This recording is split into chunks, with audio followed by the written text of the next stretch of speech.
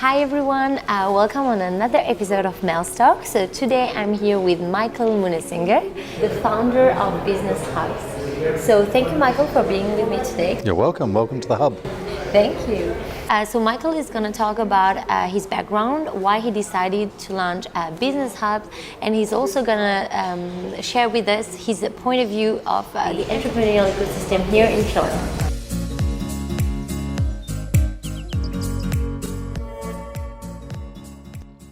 So Michael, can you tell us a bit more about your background? Where are you from? I was born in the UK and spent most of my life living there.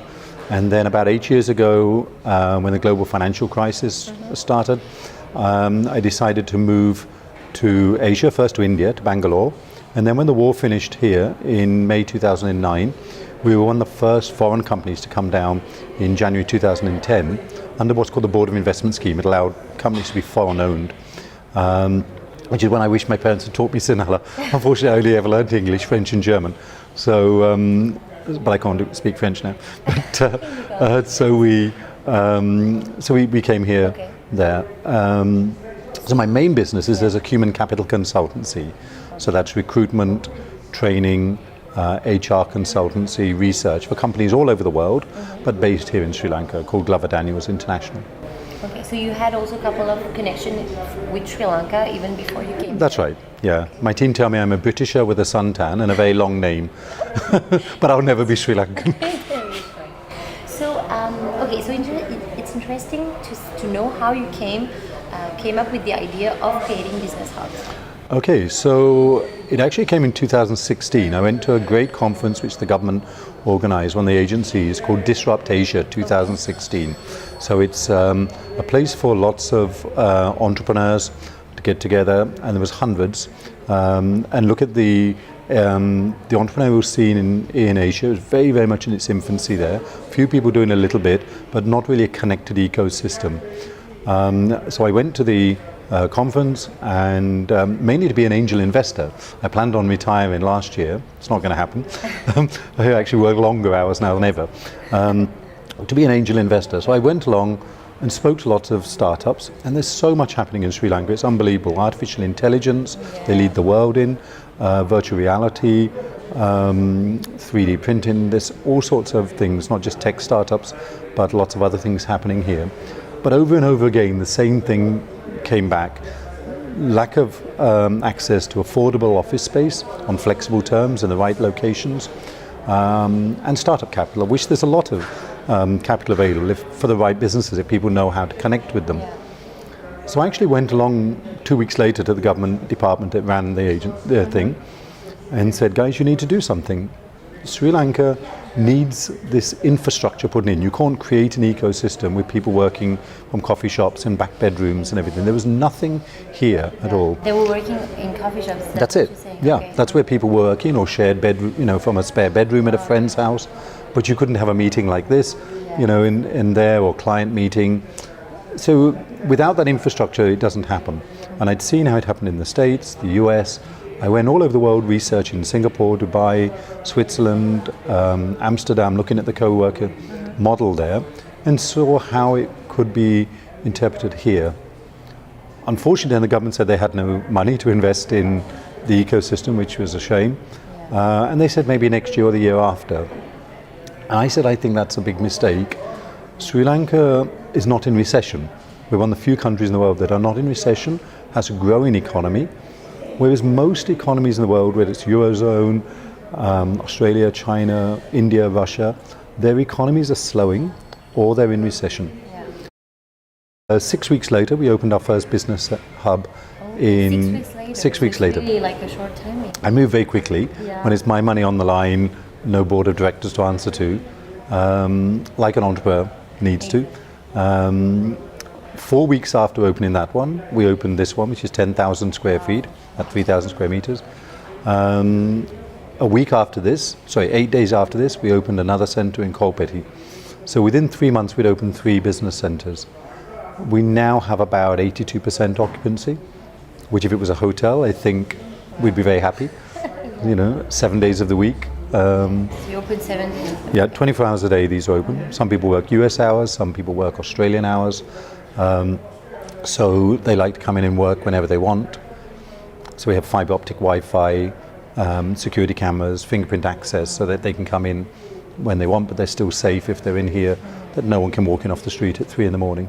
So what was the first challenge that you had while opening the business hubs here in Sri Lanka? Did you have any challenge? Yeah, it was getting the accommodation that's right on the right terms, because we wanted to do it at a price. If I wanted to be a commercial landlord, I would have done it very differently.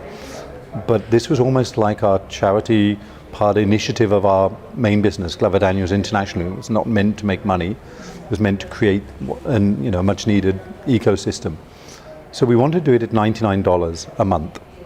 Okay. That's everything.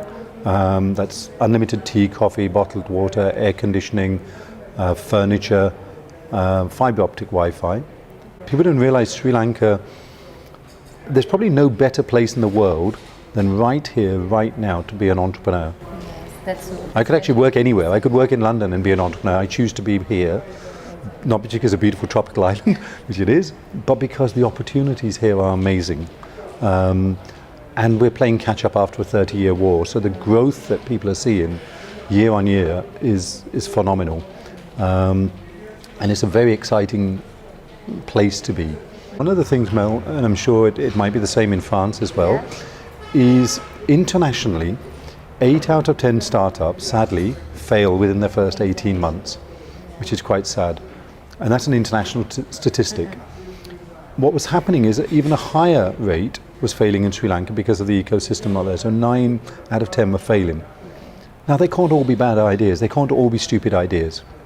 I hear stupid ideas almost on a weekly basis. We're inventing a spaceship to the sun, Michael. No, that's a silly idea. You'll die. No, we're going at night. No, but that's a joke. But I hear stupid ideas, but also I hear great ideas, but then you still hear the business has failed. So I did an analysis and started looking, why are entrepreneurs failing? Because if you've got a good idea, it shouldn't fail. 8 out of 10 is a ridiculous percentage to be failing. Do you not think? So I said, well, I analysed it, and what I can see is that people that are techies that design great products like to design great products and show how smart they are. But the customer wants to buy this. But no, I'm really clever, I can design this. Well, that's interesting, but I still want to buy this. And you see, they disappear. The difference from their customer requirements is so great. Because techies are not necessarily, and I generalize, good marketeers or listen to the market. They don't do their analysis, they just like to design what they want to design. Then you get salespeople that are great at selling, but some people don't know the difference between turnover and cash flow and profit and loss. Well, if you get that wrong, you're in trouble. Because if your cash flow is not sufficient to get you through the time when you are going to make money in month 9, 10, 11, you don't get there. You run out of money in month 7 or 8 and you close. And we've seen businesses close just simply because they've not done their figures correctly. They start spending too much. They, fly business class and get the fancy car without keeping their costs under control. And then you're helping actually those. So we help that. And I've gone on record, me and my big mouth, that I've said any business that operates out of a business hub, where we have a marketing director with 15 years experience who will sit and work with you for free and give you some advice. We have a finance director with about 20 years experience who will work with you in our group for free and give you advice. And I have a lot of business advice that I can give people. And we have a network of mentors we connect people with. And often they do it for free or for very little money to help. I believe that in 18 months' time, if a startup who works out of a business hub is still trading, if 5 out of 10 are still trading, I'll take that as a massive success, that our model works and has a higher rate of success than an incubator.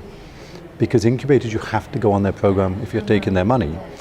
Most entrepreneurs don't want that school structure. They want the flexibility of running their business, but turn to somebody and say, can you help me with this? Can you help me with that? I need a connection in that place. Can you help me? And that's where I think we're adding the value. The desk in the chair is almost the bonus. If I tell people you don't get a desk and a chair, they should still be part of business hubs communities because of the value add that we give. And we've been going now 18 months, and we've analysed now that literally we've lost a few people. Some have grown and left our community, which is fantastic. Do you have an example of one started? Very few have failed, which is nice. Very few businesses have failed, and we go and sit and we talk with them when they want to. And that's the main point, when you want to. We have a 6 weekly get together from all the 4 communities come together. We have interesting speakers for them. Again, it's all free. But we try and encourage this mutual assistance. You know, you need a web designer, he's a web designer. You need somebody who's good with maths, they're an accountant. This person's a lawyer, he'll help you with your legal thing. Invoices don't have to change hands.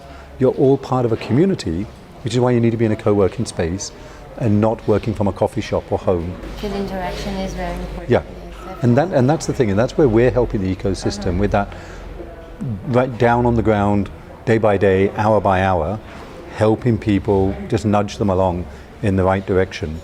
So we're now opening a few more business hubs. We're opening 2 more big ones in Colombo. That's right. Okay. Looking to open in Kandy, Gaul. There's entrepreneurs all over the island. It's not just Colombo. And we need to try and present, take the opportunity to them as quick as we can. Definitely. And one of the things, if you look around our communities, one of the things that we've changed, and actually the same in the States, is I keep telling the government, can we lose the term young entrepreneur? You don't have to be young to be an entrepreneur. Exactly. I'm nearly 58.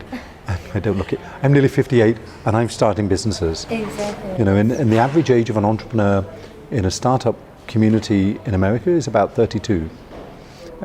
So we need to, yes, encourage entrepreneurial culture at universities and schools, and that's fantastic. Instead of go and get a real job, it's good to say, hey, I'm going to start my own business. And a lot of the leading entrepreneurs have never worked for anybody else. But there's also a lot of people that have got business experience that think, do you know what, I'm fed up with corporate life. I'm going to do this myself.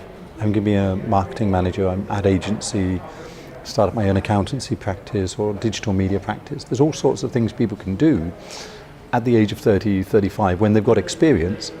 Those businesses just statistically should have a higher rate of success. They know their industry, they've got the maturity, they know how to handle money. So we're seeing more and more mature individuals come into the hubs. Everyone's welcome. I think our oldest one is 62, who's an entrepreneur. Really? Yep. Oh my God. But those people shouldn't fail. They should be able to run a business. Exactly. And with our support, we're trying to get it 5 out of 10, I think, would be great. 10 out of 10 would be wonderful, but that's not real world. And then we would have changed the international statistic, which would be really exciting. Definitely. If we can do it. Yes. So thank you so much, Michael. I just want to end with some personal questions. Sure. What keeps you motivated daily to run your own business, to really get that motivation? Do you have any morning routines maybe?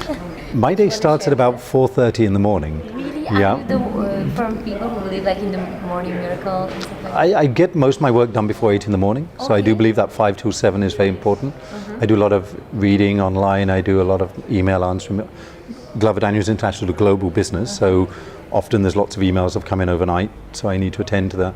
So when I come into the office at 9:30, 10 in the morning, I've actually done 4 or 5 hours of work, but I can focus then with my team, I can spend time with the entrepreneurs, which I love doing, and that's my passion. And I've always said the day I stop, leaping out of bed, being excited like a school kid coming to work, I'll probably retire. And my wife said I'll probably die on the job at 18, let's hope so. But our motto in our company is work hard, have fun, make a difference. And whilst we're still making a difference and I'm still having fun, I don't mind working hard. I work 7 days a week because it's my own business. Christmas Day, holidays, doesn't matter. Because to me it's not work, it's a joy. And we're making a difference and we're providing something back to Sri Lanka that, to give people the opportunity to start their journey of being their own boss. Because it's a great journey, it's an exciting journey and it's a bumpy road, and that's the attraction, the fun, that it isn't like a straight takeoff. And just giving something back is a great feeling. Exactly. And I'm sure you had you've done a lot of mistakes in your life, and Lots. you've learned so many things. What is the if you had one thing to share with us, one mistake that you did and you learned from it, what would it be? I think one that, first of all, don't believe your own PR.